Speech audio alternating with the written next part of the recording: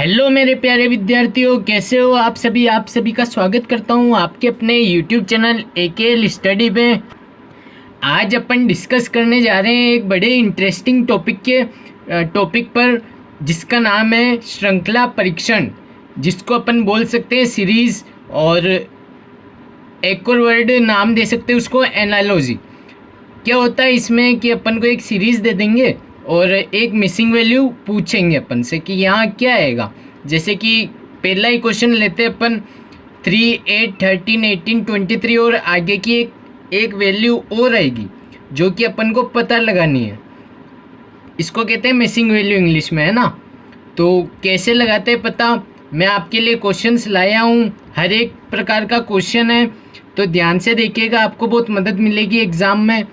तो चलिए शुरुआत करते हैं पहले क्वेश्चन से। तो पहले क्वेश्चन में क्या है, 3 है, फर्स्ट नंबर है 3, सेकंड है 8, थर्ड है 13। तो ये सीरीज़ दे रखी है अपन को। तो कैसे सॉल्व करेंगे, सबसे पहले तो फर्स्ट और सेकंड का डिफरेंस देखना है अपन को, फर्स्ट और सेकंड में। तो फर्स्ट और सेकंड का डिफरेंस क्या है, 8 में से मैं 3 माइनस करूँगा, क्या आएगा, 5 आएगा। ऐसे ही मैं थर्ड और सेकंड के बीच का डिफरेंस देखता हूँ, 13 में से मैं 8 माइनस करता हूँ तो क्या आएगा, 5 आएगा इसमें भी। यानी कि इसमें भी 5 का डिफरेंस है, इसके अगले वाले स्टेप में भी 5 का डिफरेंस है, यानी 5 ऐड हो रहे हैं। 13 में 5 ऐड करेंगे तो क्या आएगा, 13 + 5 18 ही आएगा। 18 में 5 ऐड करेंगे क्या आएगा, 23 + 5 = 23।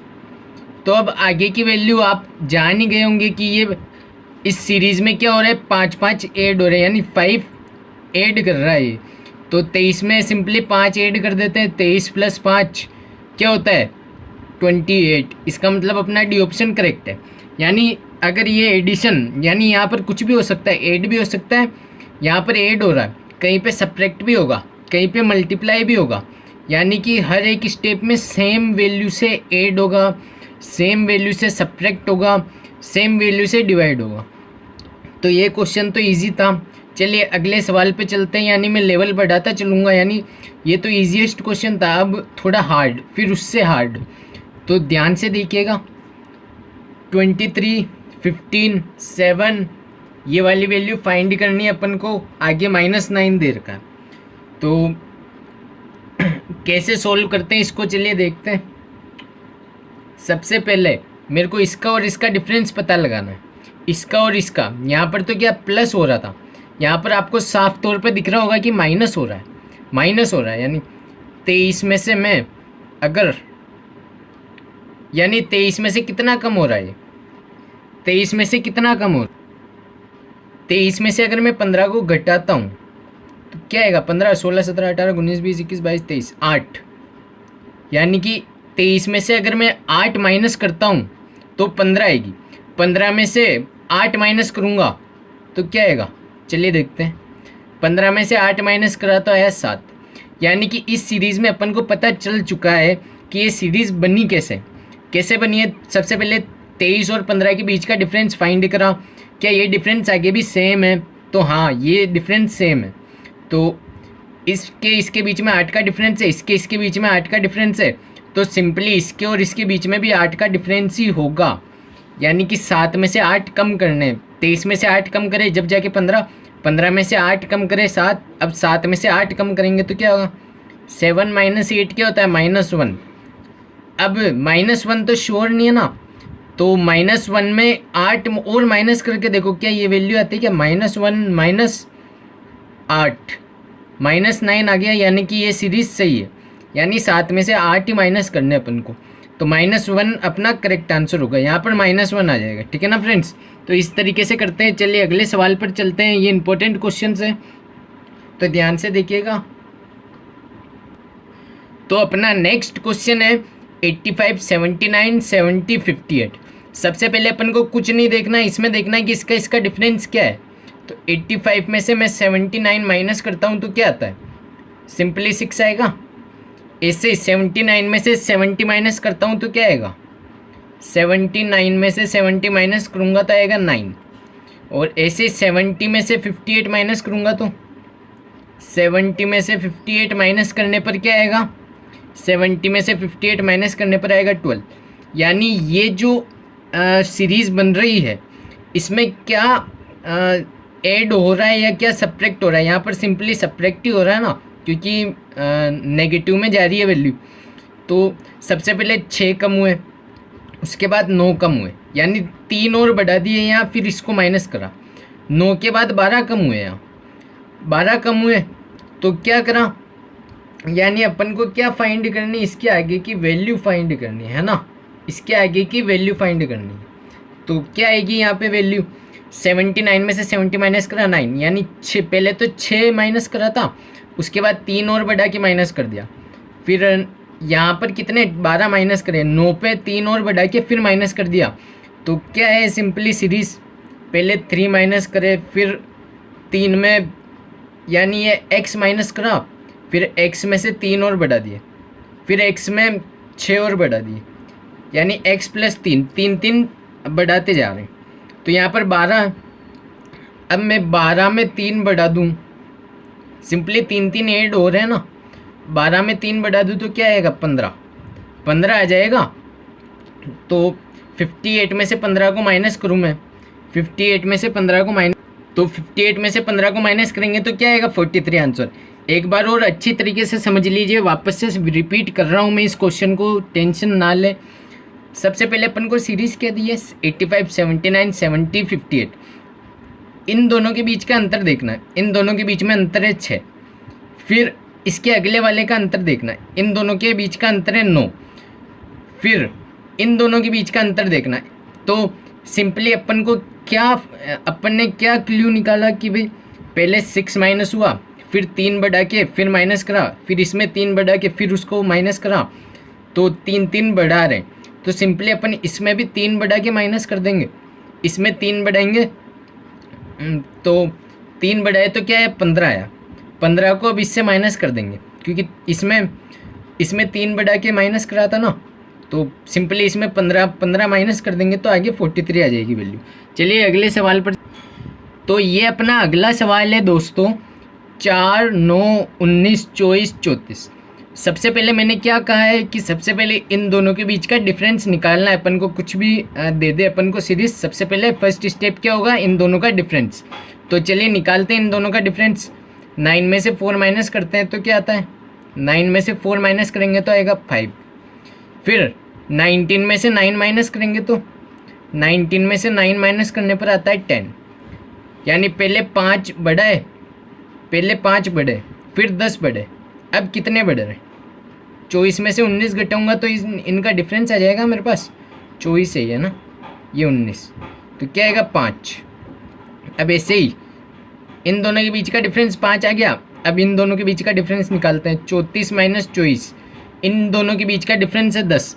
तो सिंपली अपन को पता चल चुका है कि पहले 5 ऐड करें, फिर 10 ऐड करें, इसमें 5 ऐड करने पर आया 4 और 5 9, 9 में फिर 10 ऐड करें तो क्या आया 19, 19 में फिर 5 ऐड करें, यानी पहले 5 ऐड हो रहे हैं प्लस 5, फिर प्लस 10, फिर वापस से प्लस 5, तो अल्टरनेटिवली चल रहा है ना। फिर यहाँ पर प्लस 10, तो अब पहले 5 फिर 10, फिर 5 फिर 10, तो सिंपली अब जो आगे आएगा वो 5 प्लस होगा, है ना। 10 के बाद 5 आ रहा है, तो यहाँ 34 प्लस 5 क्या आएगा 39 ऑप्शन दे रखा है, हाँ ए। तो इस तरीके से अपन सोल्व करते हैं, है ना फ्रेंड्स। चलिए अगले सवाल की ओर बढ़ते हैं।